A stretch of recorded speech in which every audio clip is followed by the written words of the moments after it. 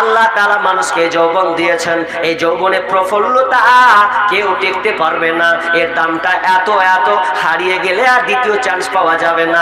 এই যৌবন কালটাকে ওই মেয়েটা আপনার ওই ইয়ং ছেলেটাকে বলছে আমি তোমাকে স্বামী হিসাবে মেনে নিলাম, তোমাকে আমি বিয়ে করব।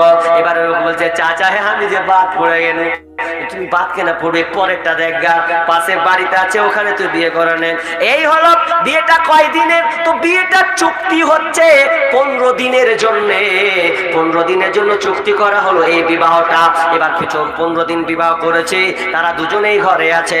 আর এমন সময় বিশ্বনবীর এলান হয়ে গেছে, আরে যারা মুতাহ বিবাহ করেছে রে, যারা সাময়িক বিবাহ করেছো, তোমরা আজ থেকে কি করে দাও, আপনার তালাক দিয়ে দাও, তোমরা প্রত্যাখ্যান করো।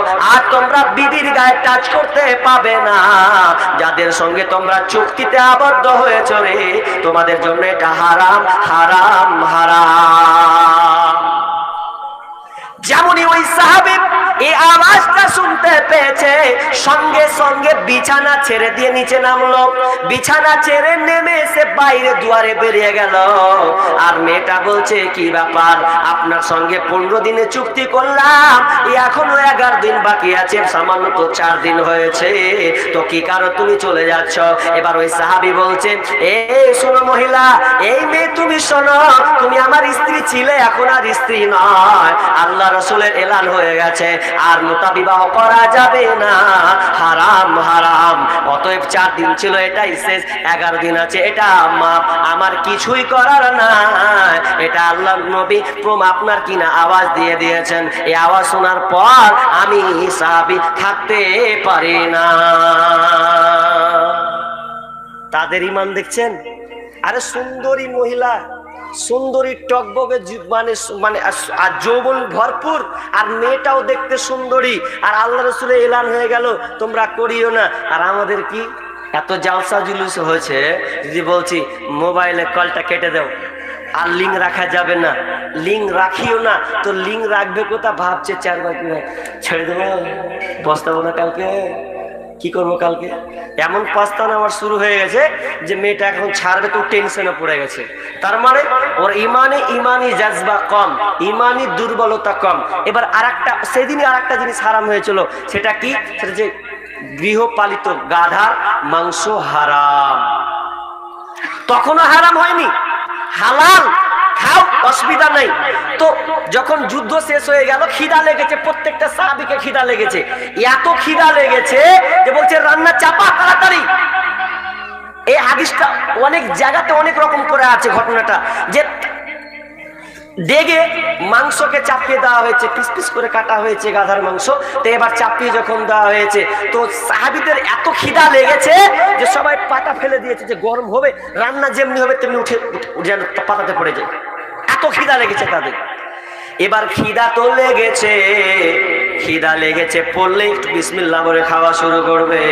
বিসমিল্লাহ করে যখন খেতে যাবে, এমন সময় পাতায় পড়তে যাবে কি, এলান হয়ে গেল, ওরে সাহাবীরা, তোমরা যারা গাধার মাংস খাচ্ছ বা গাধার মাংস রান্না করেছো, এখন থেকে তোমরা এটা ফেলে দাও, আজ থেকে তোমাদের জন্য হারাম করে দেওয়া হলো।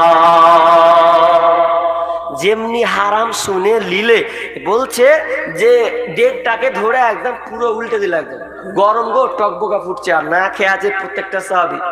আশ্চর্য লাগে এই ঘটনা, আপনি পড়লে আপনি আশ্চর্য হয়ে যাবেন যে অনাহারে থাকা মানুষ, খিদা লেগেছে, আল্লাহ রাসূলের আওয়াজ চলে এলো, আল্লাহ তাআলা বলে দিলেন আর তোমরা এটাকে ছেড়ে দাও, যেমনই বলে দিল হারাম, তৎক্ষণাৎ তারা উল্টে দিল। এবার আপনার সঙ্গে আমার কিছুক্ষণ কথা আছে, একদম বুঝে শুনে হাত তুলবেন, এক জায়গায় উল্টা হাত বুঝলে না হাত তুলে দিয়েছে, তো বুঝে শুতে হাতটা তুলবেন, ঠিক আছে, আগে শুনবেন তারপরে হাতটা তুলবেন। কি বলছি?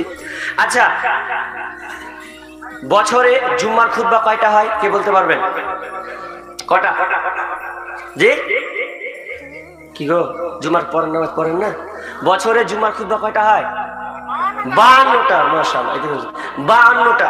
আচ্ছা, তারপরে বলেন তো যে আপনাদের গ্রামে জালসা কেমন হয়? ভালো হয় না? হয়, বা তো শুরু হলো সবে মাত্র। প্রতিদিন একটা গ্রামে 3টা 4টা করে জালসা হয়। তারপরে তো আছে কি ইজতেমা, সংগঠন ইজতেমা হয়, প্রত্যেক সপ্তাহে সপ্তাহে হয়, কি হয় না হয়। এরপরে এবার হাত তুলবেন, বলেন তো যে মদ খাওয়া হারাম, সুদ খাওয়া হারাম, সুদ লেনদেন করা হারাম, বিড়ি খাওয়া হারাম, নেশাদার দ্রব্য খাওয়া হারাম, এরকম কথা শুনেননি? একজন হাত তুলেন। ভুল করে হাত তুলছে, বলছি যে বুঝে হাতটা তুলবেন, ওখানেও হাত ছিলি পুরো হাত তুলে দিয়েছে, মানে এখনো শুনি জায়গা বুঝতে পারেনি বলে হয়তো হাতটা তুলে দিয়েছে। তা আমি বলছি বুঝে হাতটা তুলবেন, তার আগে তুলিয়েন না। মানে আমি বলতে চেয়েছি যে এরকম লোক আছেন যে আমি জীবনে শুনিনি যে সুদ খাওয়া হারাম, মদ খাওয়া হারাম, এরকম জীবনে আমি শুনিনি, ওই লোকটা হাত তুলেন। তার মানে আপনারা সবাই শুনেছেন।